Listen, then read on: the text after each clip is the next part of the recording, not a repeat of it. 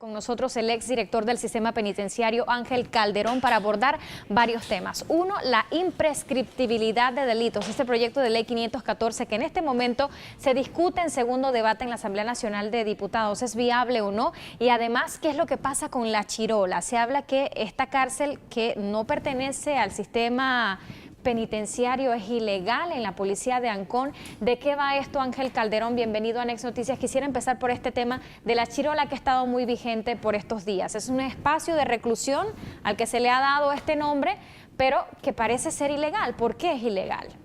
Sí, buenos días ante todo, Lupe. Mira, cuando tú hablas del tema de la llamada Chirola, que en realidad es una preventiva dentro de la Policía Nacional, tú encuentras que estas preventivas no solamente la tienes en la Policía Nacional, también la tienes en la DIJ, que es un componente de la Policía Nacional que le llaman transitorio, que de transitorio no tiene nada. Pero cuando tú te vas a la estructura jurídica, si es legal o no es legal, tú te vas a encontrar con que un 45% de las cárceles panameñas están precisamente en lo que anteriormente eran cuarteles militares. Hoy día, centros de policía. Tú te encuentras por lo menos en Chitré. La cárcel de Chitré está donde está la policía. La cárcel de Las Tablas está donde está la policía de Las Tablas. La cárcel de Penonomé está donde está la policía de Penonomé. Son de veintitantas cárceles, 23, 24 cárceles. Tenemos que 7, 8 de las grandes están precisamente donde han sido cuarteles. Pero vamos a lo que es el caso de La Chirola. Pues, históricamente, el Ministerio de Gobierno, que anteriormente regentaba el sistema penitenciario, se divide y nace lo que es el Ministerio de Seguridad. El Ministerio de Seguridad se lleva a la policía y el Ministerio de Gobierno se queda con el sistema penitenciario, pero con esta estructura penitenciaria donde los cuarteles prácticamente fungían de cárceles. Ante la situación de la criminalidad, las pandillas, las bandas, crimen organizado, el poco contexto de lo que era el conocimiento de los civiles en el manejo de las cárceles, llevó a que la población penitenciaria, los que fueran líderes de pandillas, tuvieran un dominio dentro de estas cárceles y desde adentro se proyectaran muchos delitos hacia afuera, verdaderas universidades del crimen, como se llamaron. Es ahí entonces que, para evitar que esos líderes de pandilla, líderes de banda pudieran seguir transmitiendo su control al resto de la ciudadanía desde unas cárceles, entonces tú te encuentras con estas chutras que están prácticamente dentro del cuartel, custodiadas las 24 horas por policías que supuestamente tienen una mejor preparación para lo que es el trato con esta criminalidad, con este tipo de criminalidad. En el caso de La Chirola, ¿por qué se usa para cumplir penas si no es una cárcel? Por ejemplo, en el caso de Pelenchín Caballero. Bien, no debiera utilizarse para cumplir penas, pero recuerde usted que ya el cumplimiento de la pena está en manos del Ejecutivo. Cuando una persona es condenada, le corresponde al Ejecutivo entonces velar por ese detenido donde lo va a tener. Y es una facultad del Ejecutivo, principalmente del director del sistema penitenciario, en atención a la persona donde la va a poner y bajo qué criterio lo va a mantener en un caso, específicamente en un caso como este. Si lo va a mantener en la policía, en la llamada chutra, o lo va a mantener en cualquier otro recinto penitenciario. Pero no es ilegal tener a alguien allí, por ejemplo, estando un vacío, esta Chirola no es una cárcel, no pertenece al sistema penitenciario, ¿no debería ser al menos algo transitorio? Sí, la ilegalidad está en que, he tratado de resumirte de que por cuestiones de seguridad, en algunos de estos lugares se han mantenido bajo proceso o ya condenados individuos de alta peligrosidad para evitar que transmitan hacia afuera mensajes de sicariato, todo tipo de mensajes que envían estos llamados líderes de pandilla. Claro. Pero tú ves que la idea, el nacimiento de esa Chirola era para mantener a este tipo de personas aisladas, no era para mantener al amigo mío, no era para mantener a cierto tipo de persona allí bajo cierto tipo de parámetros, sino más bien era para combatir algo. Ahora, ¿tiene mayores privilegios quien está en La Chirola versus en una cárcel oficial? No, por el contrario. Es que tú tienes que ver si realmente está dentro de La Chirola, porque si es dentro de La Chirola, créeme que ahí no hay ningún beneficio de nada. Porque ahí, por ejemplo, allí no tienes ni visitas conyugales, o sea, hay todo un régimen totalmente distinto al que se aplica en las cárceles o en el sistema penitenciario. Por ejemplo, allí han estado transitoriamente varios miembros de Cambio Democrático que estuvieron bajo detención preventiva, estuvieron en La Chirola. Entiendo, ¿este sería alguno de los cometidos de este tipo de cárcel, ser algo transitorio en tanto se pasa una pena? Bueno, yo te puedo decir que... ¿Sigue siendo legal o ilegal? Mira, yo te puedo decir que en la época en la cual nos tocó estar al frente del sistema penitenciario, nosotros no mandábamos detenidos de esta naturaleza a ese lugar, se mandaban era bajo el perfil este. Prueba de ello que la misma Corte en varias ocasiones tuvo pronunciamientos y mandó a hacer algunas modificaciones.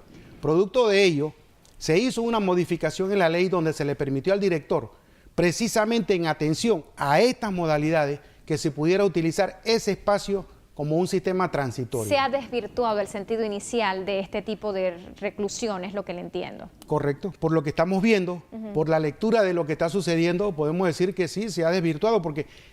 Repito, esa no era la esencia ni la naturaleza. ¿Y que afecta, por ejemplo, los acuerdos que pudieran lograrse? A Pelenchín Caballero le niegan un trabajo comunitario porque prácticamente es como si no estuviera recluido al no pertenecer al sistema penitenciario. ¿Es así? Así mismo, porque el cumplimiento de la pena, primero que todo, está en manos de un juez. Si ellos someten los requisitos y se cumple con los requisitos establecidos en el código, por supuesto que el juez de cumplimiento tendrá que evaluar si esos requisitos que se están presentando llenan a cabalidad o cumple con la ley. Si hay un cumplimiento con la ley, no importa en qué lugar haya estado, porque la idea de la reclusión, la idea de un centro penitenciario, es precisamente que esa movilidad que usted tiene se ve restringida por estar detenido. Claro. Lo que sí desnaturaliza es que por ser Pelenchín, que fue en su momento una gloria de la República, una gloria del boxeo, que le hayan querido dar esta oportunidad de mantenerlo en la policía, y te aseguro que no en la chutra. Por eso es que cuando hablamos de la chutra es una cosa, pero mantenerlo en la instalación, en la policía ya per se, habría que ver en qué tipo de recinto lo tenían él ubicado, porque yo le puedo dar testimonio de fe que en los tiempos donde se utilizaba la chutra era bajo los temas de seguridad para evitar precisamente que estas personas que se llamaban líderes de pandilla o delincuentes de alta peligrosidad que habían sido solicitados en extradición pudieran estar en nuestras cárceles, que en esos momentos, y no sé ahora, porque no estamos al frente, los niveles de seguridad no eran los óptimos, porque nosotros entregamos una cárcel que sí cumplía con ciertos tipos de niveles, que fue lo que la Corte dijo en su momento. Por eso se hizo en la Mega Joya. Existe un pabellón de máxima, de extrema seguridad, que actualmente es regentado y es cuidado por la Policía Nacional.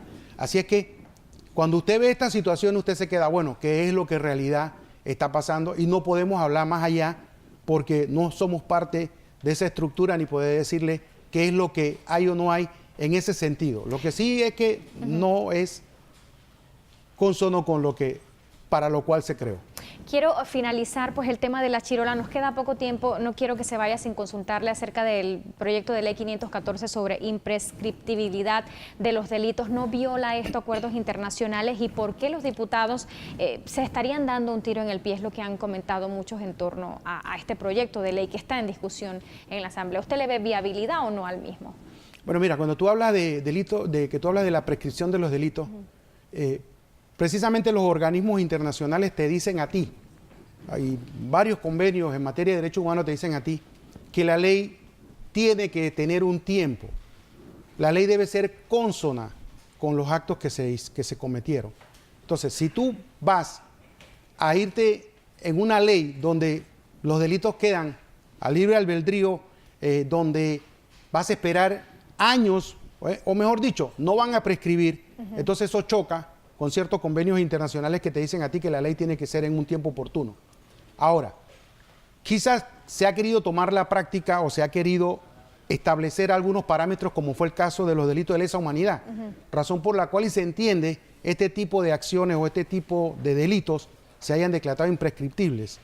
Pero no podemos bajo ese paraguas decir ahora que vamos a meter en esa misma urna o bajo ese mismo contexto o instrumento jurídico todos los delitos y decir que, bueno, prescribirán nunca. Así es que habría que evaluar dentro del contexto la naturaleza, la clase, la calidad del delito, porque ahora se habla de que no, los delitos de corrupción no deben prescribir. No se puede, Amén. por ejemplo, seguir contratando con el Estado, hay que hacer modificaciones. Correcto, hay que hacer toda una serie de modificaciones. ¿Viable o no este proyecto? Es viable porque acuérdense que ellos son los que deciden. Y si hay mayoría para aprobarlo, ¿Tendría, por ejemplo, el panameñismo intenciones de hacerlo? por supuesto, harían unas modificaciones, vendría después la firma del presidente, o sea, nos pasaríamos en este jueguito quién sabe cuánto tiempo, porque todo es al son de la canción que esté de moda. Claro. Entonces, como queremos, nosotros tenemos que ser muy conscientes de qué es lo que se quiere cambiar o en qué sintonía nos queremos poner. Estábamos hablando de unas cosas y de repente saltamos a no, salta la liebre con el tema de la imprescriptibilidad de los delitos. ¿Por qué? Porque en este momento, si es un tiro o no es un tiro, ellos sabrán. Ellos sabrán porque el que viene, el próximo gobierno que venga o la próxima directiva legislativa que venga puede decidir, "Ey, vamos a cambiar esta torrancia por darle una que tenga mayor sentido". Porque ya, ¿cuántas veces más vamos a meterles a la ley todos estos cambios que en exabrupto, en 2 o 3 años, vuelven y cambian todo de nuevo porque no funciona? No, y que lleva ahora modificaciones al Código Procesal Penal, a la Ley de Contrataciones Públicas, por ahí hay un lleva y trae, dice Bey Valderrama, que Pedro Miguel tendría miedo, Pedro Miguel se la echa a los panameñistas y así están las cosas. Ángel Calderón, gracias por estar con nosotros esta mañana, exdirector del Sistema Penal Acusatorio, hablando del sistema penitenciario, oiga, ya le estoy cambiando el cargo, hablando de estos temas de interés nacional. Vamos.